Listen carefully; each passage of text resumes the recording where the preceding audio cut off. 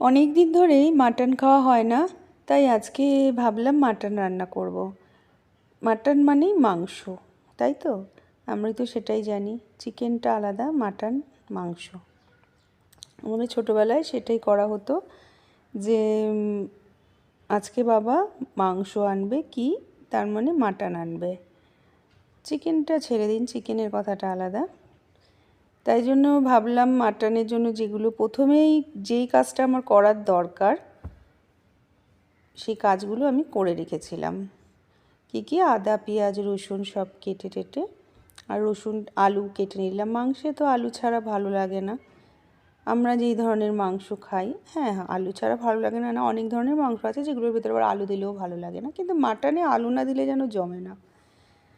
তাই জন্য প্রথমে আদা রসুনটাকে কি করেছি আমি, দেখলেন আপনি, থেতো করে নিই। আমি কিন্তু বাটিনি। কখনও থেতো করে খাবেন, দেখবেন খুব ভালো লাগবে। আর এদিকে আমার মাটনটাও চলে এসছে। আমি মাটনটাকে বের করে নিয়েছি। দেখুন মাটনটা খুব ভালো ছিল। আমার কাছে প্রায় 1.5 কেজির মতন মাটন ছিল। আর আমি পেঁয়াজ প্রায় নিয়ে নিয়েছিলাম 5-6টার মতন বড় পেঁয়াজ নিয়ে নিয়েছিলাম। 6টা না, 5টা মনে হয়। আর আদা রসুনও মনে করুন 20 গ্রাম করে নিয়েছি। ওরকম করে আপনারা ঠিক করে মেপে দেখবেন। খুব বেশি কিন্তু দেবেন না, এমনি মাটন টাটনে না খুব বেশি দিলে ভালো লাগে না। এরপর আমি মাটনটাকে করে নিলাম, ম্যারিনেট করে নেবো। যেগুলো দরকার আদা পেঁয়াজ রসুন দিয়ে, সর্ষের তেল অবশ্য করেই দেবেন। মাংস সর্ষের তেল ছাড়া ভালো লাগে না।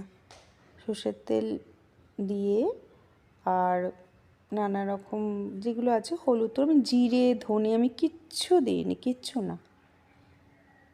জিরে ধনে না দিয়ে একবার খান, দেখুন আপনি, বলছি খুব ভালো খেতে হবে। অনেকে দেয় জিরে, সেটা অনেক সময় টেস্ট বদল হওয়ার জন্য, কিন্তু আমি যেভাবে বলছি একবার করুন, দেখবেন এত ভালো লাগবে। আর মাংসটা আরেকটা জিনিস, মাটন কিন্তু ভালো হতে হবে। অনেক সময় মাটন ভালো হয় না, অনেক সময় হয় না।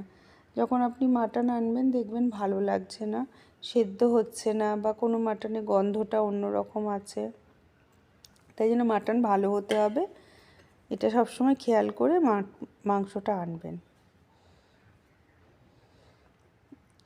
এরপরে আমি এগুলো দিয়ে ভালো করে মানে ম্যারিনেট করে কিছুক্ষণের জন্য মানে কী বলুন তো, মাটন অত চিকেনটা ম্যারিনেট করে রাখলে ভালো হয়, কিন্তু মাটনে অত ম্যারিনেট করার প্রয়োজন পড়ে না। মাটনের গন্ধই আমাদের ভালো লাগে।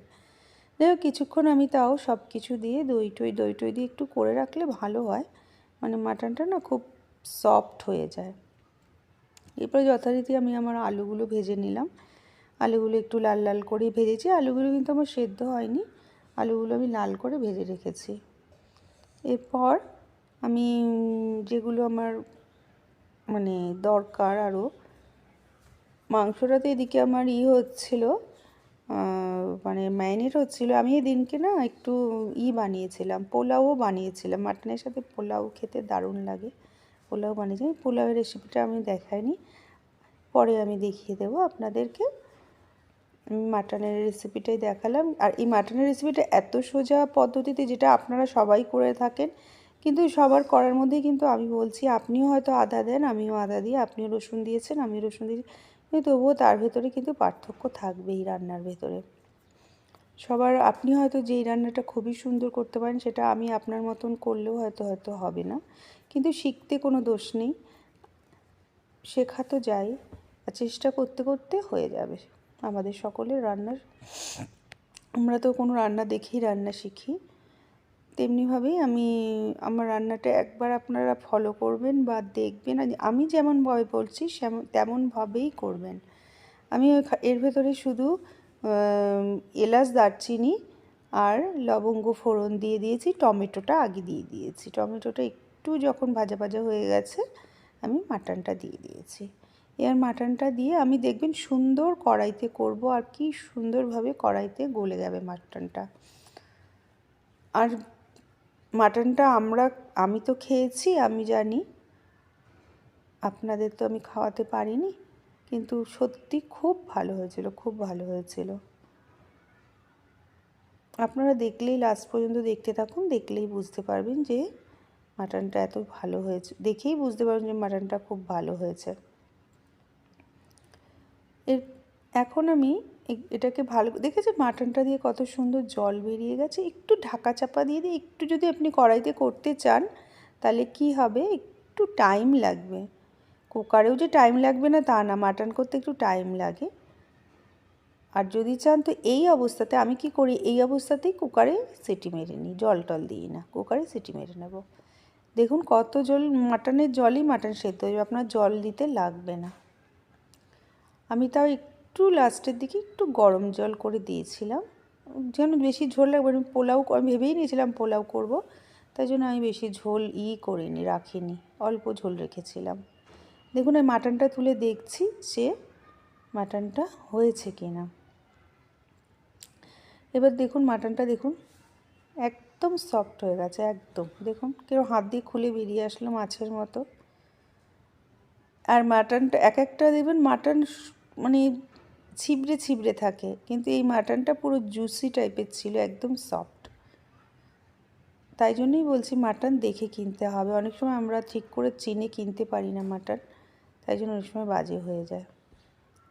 এখানেই আমি বলে রাখি যে আমার রেসিপিটা আপনারা দেখছেন, প্লিজ আমার চ্যানেলটাকে বুলবুলস রান্নাবাটি সাবস্ক্রাইব করে দেবেন অ্যান্ড লাইক করে দেবেন।